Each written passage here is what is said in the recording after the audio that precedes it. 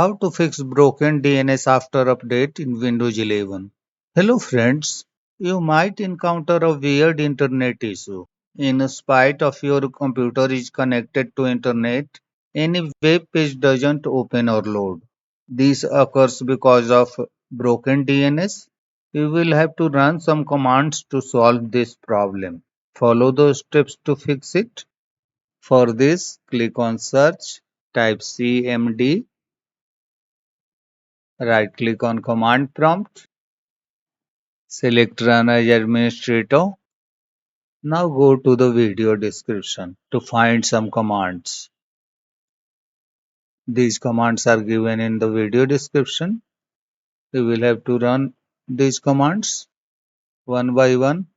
Copy the first command, paste into the command prompt and press enter.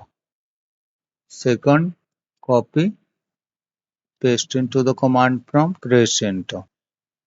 In the same way, run all these commands. After running the commands, close the command prompt and close other running tasks on your computer and then restart the PC. The issue should be fixed now. That's all friends. Thanks for watching the video.